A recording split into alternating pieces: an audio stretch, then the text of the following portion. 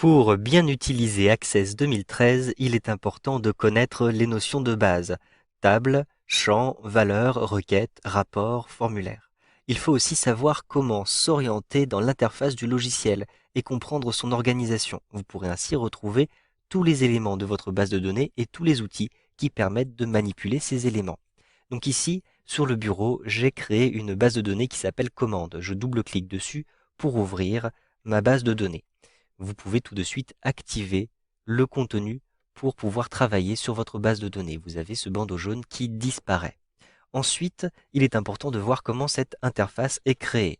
Donc vous avez un ruban, vous pouvez naviguer à travers les onglets du ruban, mais vous avez un onglet un peu spécifique qui s'appelle Fichier. Je clique simplement sur l'onglet Fichier pour vous montrer. Vous le voyez, vous avez une page qui apparaît avec un volet de gauche. Vous pouvez naviguer en cliquant sur les différentes rubriques du volet de gauche selon l'usage, selon ce que vous souhaitez faire, ouvrir, créer une nouvelle base de données, enregistrer, etc. Vous avez notamment ici les options. Lorsque vous cliquez sur Options, vous avez une nouvelle fenêtre qui apparaît et selon le même principe, vous avez différentes catégories sur la gauche. Vous pourrez à cet endroit-ci retrouver toutes les options plus ou moins avancées de vos bases de données à cet endroit-ci. Pour concevoir des objets, pour vérifier les éléments dans votre base de données, vous avez les paramètres du client qui vous permettent de choisir les options d'édition, etc. Je vais simplement cliquer sur OK pour valider les différents choix. Une fois que vous avez choisi vos options, cliquez simplement ici sur OK. Dans cette interface, vous avez tout d'abord, tout en haut ici, des outils rapides. Vous pouvez enregistrer rapidement, annuler rapidement une action ou la rétablir. Et vous pouvez choisir les différents outils rapides qui apparaissent à cet endroit-ci.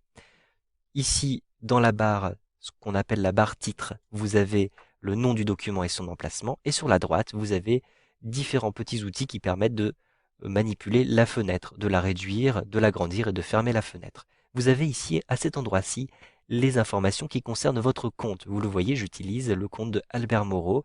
Je clique à cet endroit-ci pour retrouver les différentes adresses email utilisées par Albert Moreau. Vous pouvez même tout de suite modifier la photo et modifier les informations et paramètres de ce compte.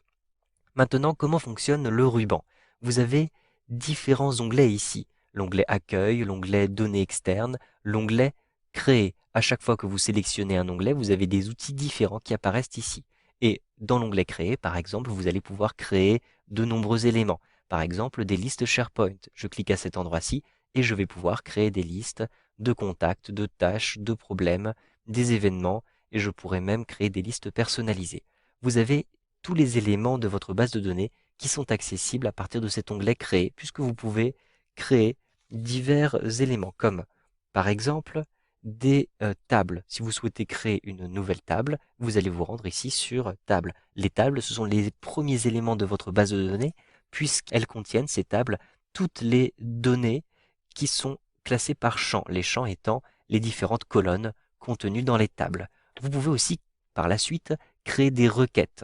Les requêtes vont récupérer des données sur plusieurs tables. Vous pourrez ainsi rechercher toutes les données qui vous intéressent à partir de toutes les tables que vous aurez créées. Vous pouvez aussi créer des formulaires, création de formulaires.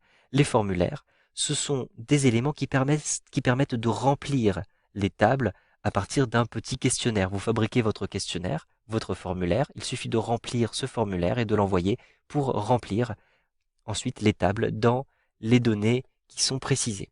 Enfin, vous avez les états. Vous pouvez créer des états. Ce sont simplement les états des documents qui vont présenter les données que vous aurez choisies. Donc vous pourrez ainsi créer rapidement des rapports et des petits documents que vous pourrez imprimer à partir des données de votre base de données.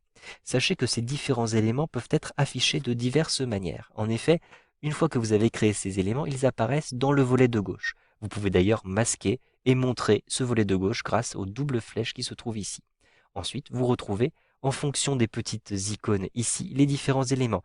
Ici, par exemple, vous avez une requête, puisque vous avez deux petites tables qui sont dessinées. Lorsque vous avez une petite table qui est dessinée, une seule, il s'agit bien d'une table. Si vous avez ici un formulaire de couleur rouge, il s'agit ici d'un formulaire. Si vous avez une petite icône de couleur verte, il s'agit d'un état. Donc si je double-clique maintenant sur une table, je double-clique, je vais l'ouvrir ici dans un nouvel onglet. Vous pouvez ainsi ouvrir plusieurs éléments, ils apparaissent dans des onglets et vous pouvez basculer d'un onglet à l'autre. Lorsque vous avez comme ceci un onglet qui est ouvert, vous pouvez facilement modifier les éléments, naviguer à travers votre table en utilisant les barres de défilement, etc.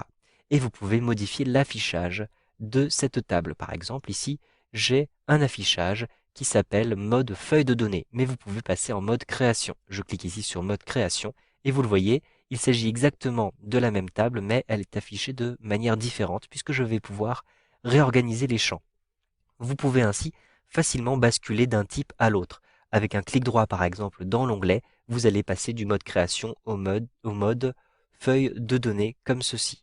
Donc vous avez ces deux modes qui sont disponibles à chaque fois pour chaque type d'élément.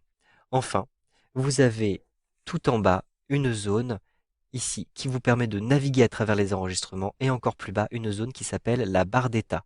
Avec un clic droit sur la barre d'état, vous pouvez choisir d'afficher un certain nombre d'informations supplémentaires ou non. Vous avez toutes ces informations qui seront donc visibles dans cette barre qui se trouve tout en bas de la fenêtre. Vous savez donc maintenant comment est organisée l'interface de Access 2013.